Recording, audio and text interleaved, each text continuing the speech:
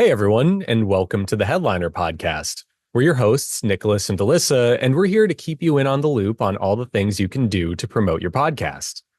So, Elissa, I actually know what we're going to talk about today. I'm not just going to ask you, you know. What a I twist. know. I'm wearing a cardigan. I combed my hair this morning. Everything's going great. So Wow. I know I'm so proud of myself. But no, in all seriousness, I actually did have an idea for a really good topic that I think a lot of our listeners or just like podcasters in general would get some value out of. So in our last episode, you and I talked about starting a podcast and this is what you need. This is how to do it kind of stuff. And I repeatedly made the point that you don't need to worry about production too much. And that you should focus on the quality of the substance of your podcast itself. And today, I'm going to talk all about upgrading your podcast equipment because I'm so consistent. Before we get started, I do want to flag this is only if you feel that you need to. This is not you have to do it. This Yeah, is voluntary. exactly. In case my oh so chipper attitude about it didn't convey that. Thank you.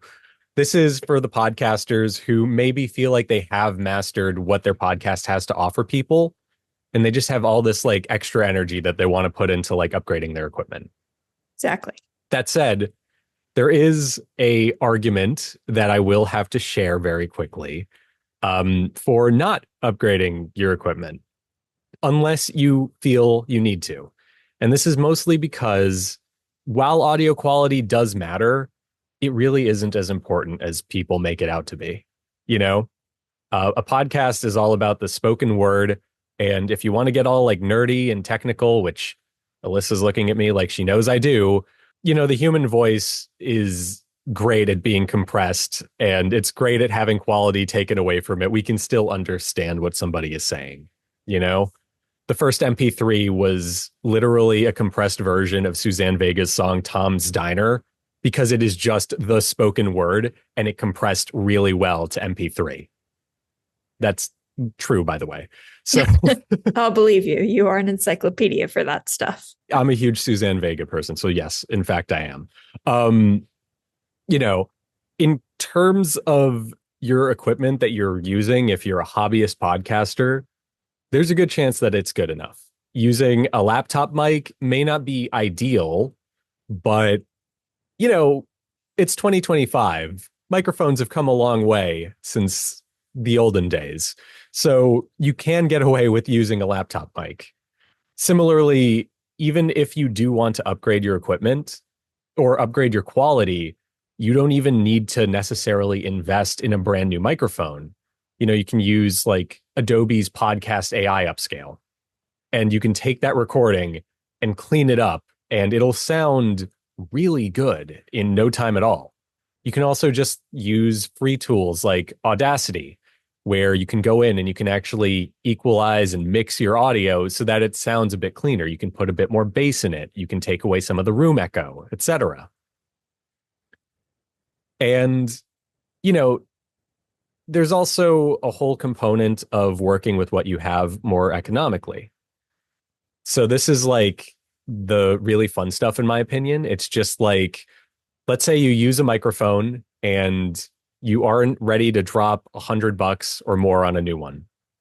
Little things like minding your microphone etiquette can go a long way in making your recordings sound better. Now, what mic etiquette is being close to your microphone while you're speaking into it, but not too close, the thing I learned when I was studying this stuff in school was you make the hang tight or the shaka with your hand. You raise your pinky and your thumb, and you make sure you're at least that far away from your mic. And that's the way you get the cleanest audio, where you aren't blowing out your plosives and you aren't getting too much sibilance. I am that proper distance. I want to flag that. I didn't know that, I but I saw you am do it, that. and I was like, "Oh my god, Alyssa's doing mic etiquette." So pumped. This one's another fun, kind of silly thing. You can use a pop filter, which is what I have on my mic and what Elissa doesn't have on hers. Not calling you out, just making it clear for everyone on the video. You can call me Um, out. It's okay. okay, I'm calling you out. So I'm very basic, guys. I have a headphone. I have a several-year-old mic. I no longer use my laptop mic though, so I have upgraded a little bit. Not a There you lot of go. it, but a little bit. But enough. But yeah, you could use like a pop filter, which is great for stopping those hard P sounds, and it makes your voice sound just a lot cleaner. Better than that, if you don't have a pop filter and you're like, I don't want to spend $5 on one because I'm going to buy a mic soon anyway. This sounds kind of MacGyvery, kind of DIY, but you can just use like a thin piece of cloth. I know a guy who used to use a sock to record vocals. Like he would put a sock over his microphone. And I'm not going to pretend it's ideal, but you know, works in a pinch. Your other recording guidelines sort of things, like recording at negative 12 dB for your regular spoken word, so that if you happen to yell, you don't blow out your audio and you have good amounts of data to work with in post. Stuff like that. And then my favorite one, which is this is just good life advice, stay hydrated. Literally. Um, it sounds like a joke, but you know, especially in the winter, people's houses get dry. And thank you, Elissa, for demonstrating what that means. Anytime, I've got you. But seriously, it goes a long way because when you're dehydrated, you make a lot of like pops and clicks with your lips. And that automatically makes it like 10 times harder to listen to an audio recording. And I say this as a person who is really bad at staying hydrated and then has to go in and post and remove all of those pops and clicks manually. You don't want to do that. So drink some water an hour before you record, and your recording will come out cleaner. Other little things without buying equipment.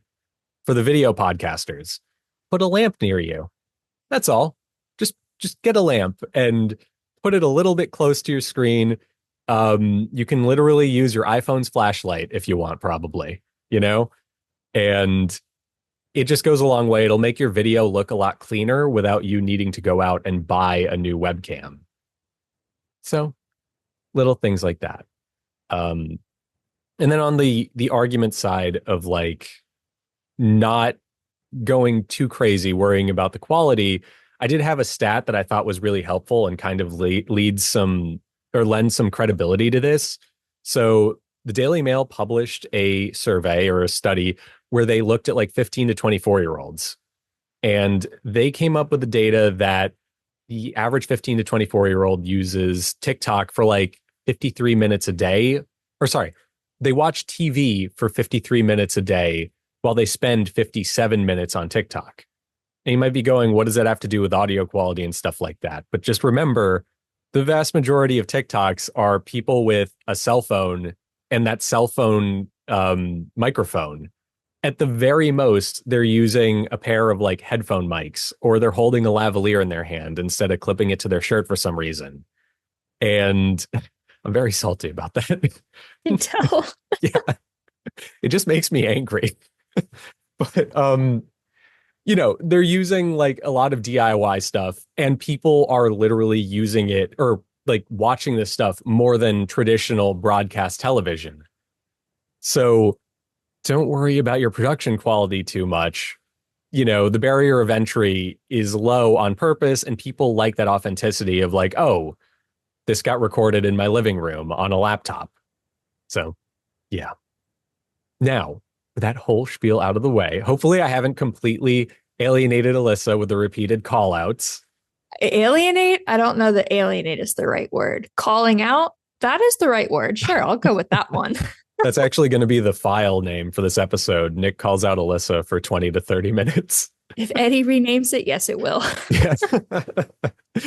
But okay, let's say you heard this whole spiel and you're just like, okay, cool, bet. I want to upgrade my equipment though.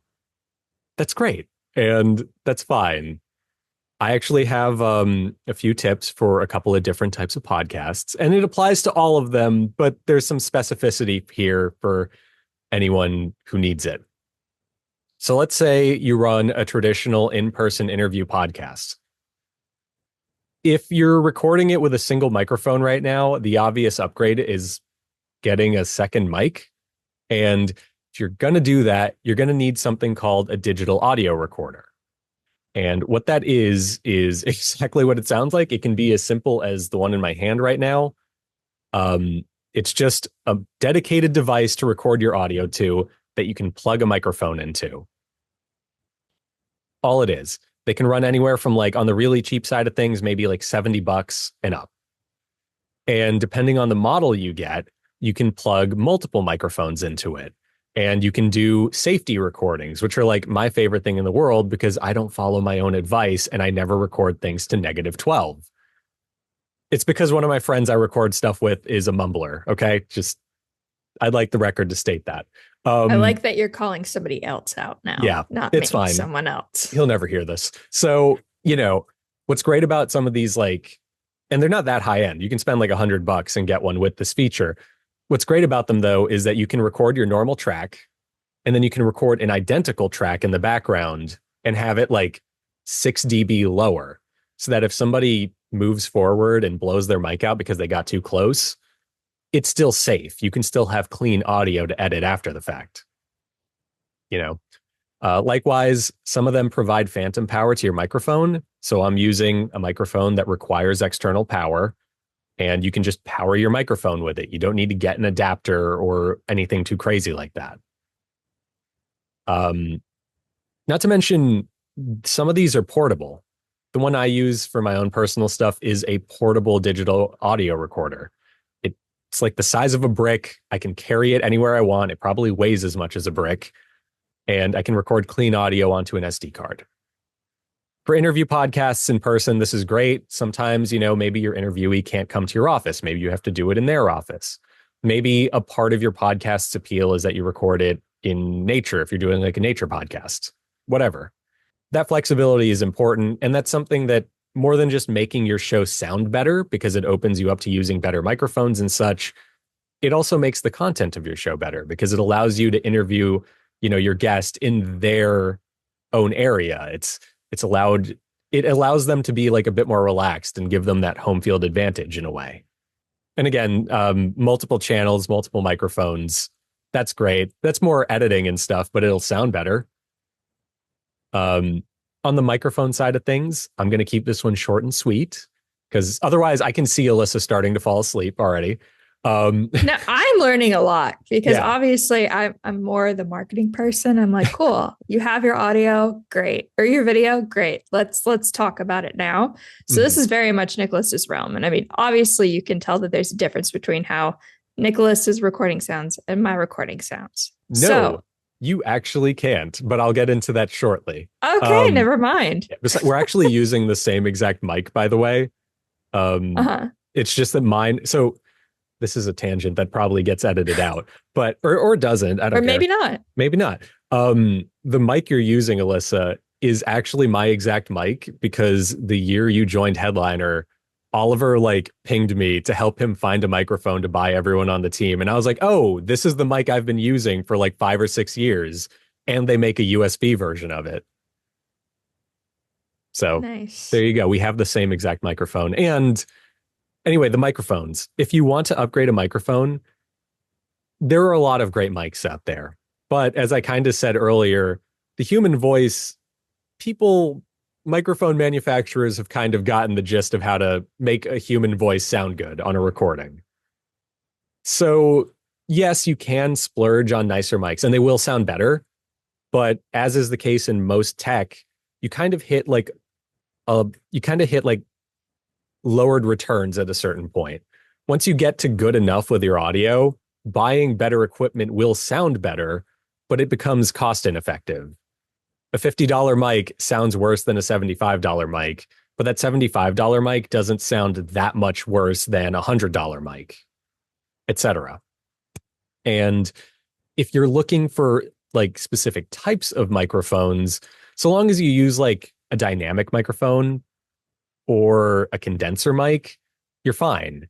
You just need to kind of do your homework a little bit and understand dynamic microphones don't require external power and they're a bit more durable and easy to use, while condenser mics require external power and there's a bit more, just a bit more work that you have to put into using them. But this is like a purely preferential thing. And honestly, if you just use like a decent budget mic, you'll be fine and you'll do great. There's a lot of like really popular podcasts that use just normal $100 microphones.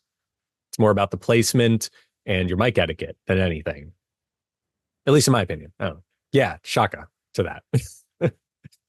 For all the video people out there, because we're still talking in-person interview podcasts, unless you're really dead set on sitting down and editing multiple cameras, which even though I'm a video nerd and I love editing multiple cameras and I edit this podcast as a multicam, I don't honestly recommend it unless you have like a dedicated video strategy and you're ready to sit down and synchronize multiple cameras and then edit the episode and, like all that kind of stuff. You probably don't need multiple cameras yet. You can just as well get away with doing like a decent camcorder or a mirrorless camera and just having one good angle for your entire podcast. So, an example of a podcast that does this, they cheat because they actually have multiple cameras. They just never use camera 1 and 3. Linus Tech Tips podcast is a live streamed show every Friday, and literally they just put camera 2 down and they just film it for like 3 hours. And it's great. I love that podcast. But it goes to show that, like, yeah, you really don't need to go crazy on the production side of things. One decent camera that you can sync to your audio is all you need. Also, not to kind of cop myself out a little bit here, we might just talk about video podcasting in the future eventually. So, maybe if you are curious, hold off and wait for that a bit. Email us. Let us know if you want to hear it. Email us, comment on the YouTube upload. Be like, right? No, don't cop us out. Like, give us the video podcasting spiel, and we'll do that. Moving on to the remote podcast setup. If you record virtually, there's a good chance you're doing what we're doing right now and doing it through Zoom. And I want to make my case for why you don't necessarily need to stop using Zoom, because it's Zoom. Everyone knows how to use it. It's by far the easiest way to record your podcast virtually, and it has a pretty generous free tier. On top of that, it's also home to, and I pulled stats for this, it's home to 70% of remote podcast interviews. And that's according to the 2024 State of Podcast Guesting from Interview Valet. So, yeah, that's a lot. It's the vast majority of podcasts are recorded over Zoom if they're remote. And for good reason. Like I said, it's easy to use. It allows you to get separate audio files for each of your speakers. It does record video. And yeah, it's Zoom. Once again, I sound like a broken record, but like, Zoom is a household name for a reason. And honestly, this is kind of going back to what I was saying earlier about quality and why our mics sound identical, even though mine should technically sound a bit cleaner. If you're doing an interview-based podcast and you feature guests that are busy or not tech savvy, I'm not calling Elissa out here. I'm just saying in general, there's a good chance that using Zoom will actually help because it's easier to set up and because the audio gets compressed on it. So our mics are going to sound similar because Zoom has their own like kind of back end that is doing some of the harder stuff like noise removal and, stuff like that. And that's valuable because, again, if you're interviewing someone who doesn't work with microphones or computers, you just want them to be able to sit down and record the interview. You don't want them to be like that concerned about whether or not they're clipping. So there is a strong case for using Zoom. I love it. And yeah, like, look. And it's free. And most important of all, like, again, we want our audio to get to good enough. And Zoom like makes that super easy. So yeah. That said, there are places you can go if you want to upgrade your podcasting setup and use other tools, and they do offer higher video quality and recording on mobile and all that stuff. But they're paid tools and they're running on subscriptions. And also, again, it is something you need to like work with the person you're interviewing. You need to like actually explain to them, oh, we're going to record it on an external app. And that might just make your production a lot more complicated. On to the last category of podcaster we're going to cover today. And this is stepping away from interviews entirely. Here are some things you can do if you have like a pre-written podcast or, use a lot of statistics, or you just have like B-roll. Maybe you're like more of a vodcaster than a podcaster, so you have like cutaways and sound effects and stuff. You could easily upgrade your show without buying new microphones or cameras or anything, and instead just maybe investing into royalty-free media a bit. So, what's royalty-free media? It's B-roll of, if you're a cooking podcast, it's B-roll of people like cooking the specific dish you're talking about in that episode. Or if you have a bird watching podcast, it is footage of those birds that are copyright free and cleared. You can run them on social media. You can monetize a YouTube video using them, all that good stuff. If you host a D&D podcast, like I think Christy does for us, right? Doesn't he? I think he mentioned that once. Well, at any rate, it's a music podcast. It's a music podcast. He plays D&D, but he has a music podcast. Well, in this scenario, Five at the Door. In this scenario, he has a Dungeons and Dragons podcast called Five at the Castle. And thank you. I did improv in college. Can you tell? So no, let's say you do have a D&D podcast though, and you want to build some ambience and you really want to immerse your listener in it. You can easily get some like kind of medievally music to use in the background of your podcast and not worry about copyrights. You can get sound effects of like orcs or swords hitting each other and all this fun D&D stuff. And you can actually use it to just make your show more interesting. So that's my spiel. I think a lot of that stuff kind of speaks for itself. You can use it to punch up your podcast in interesting ways. And they're pretty affordable thanks to companies like Envato, Storyblocks, etc. Additionally, if you're more statistics driven, you obviously don't want sword sounds or orcs, unless you do, in which case that's awesome. Please tell me the name of your podcast because I'd love to hear about like the stock market while like medieval battle music plays in the background. But if you're more research driven and stats driven, getting on Canva, getting a subscription for any of those kind of like image generators can really help you, because then you can make graphics and charts to show on your podcast if you post it to YouTube, or you could post those on social media and get organic content. So that's kind of the whole idea with podcasting. You're supposed to take your podcast episode, turn it into a blog post, turn it into a social media post. You could literally just spend the extra time and energy doing that, and that'll help your podcast grow in a ton of ways because it's getting it out in an organic way to a wider audience. So that is my spiel. Thank you for listening to my TED Talk. Elissa, do you have anything you want to add? Anything people can perhaps use to upgrade their podcast experience? I would just like to say what a beautiful TED Talk that was. Thank you. I thought I lost you at the drink more water part. No, I'm constantly drinking water because I'm always like, oh, I'm very aware of it, especially when I'm recording. Like, oh, gosh, did I drink enough? But anyways, I digress. I do want to call out Nicholas gave us obviously a lot of really awesome options out there to help upgrade your podcast. We are headliners, so I will kind of harp on, you don't necessarily need to upgrade and do all this fancy stuff. Having a podcast and doing it, staying consistent, that of course is going to be the most important part.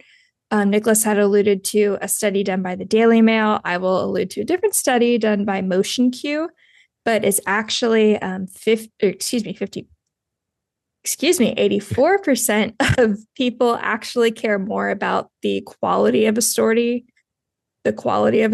versus the actual production quality. So, of course, your message and your story is always going to be the most important of a podcast.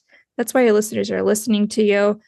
As you get more acclimated to podcasting, get more ramped up to it, of course, this is when you can start upgrading, doing all of these things, whether it's the DIY stuff Nicholas had talked about more in the beginning or getting a little bit more advanced.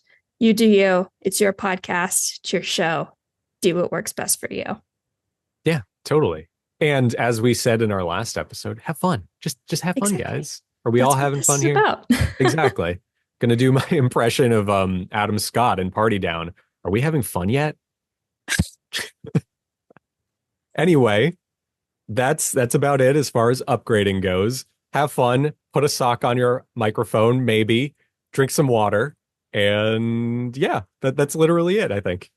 That's the condensed down version, yes. Yes. The but condensated version, if you will. exactly. Before we go, I do want to call out a few things.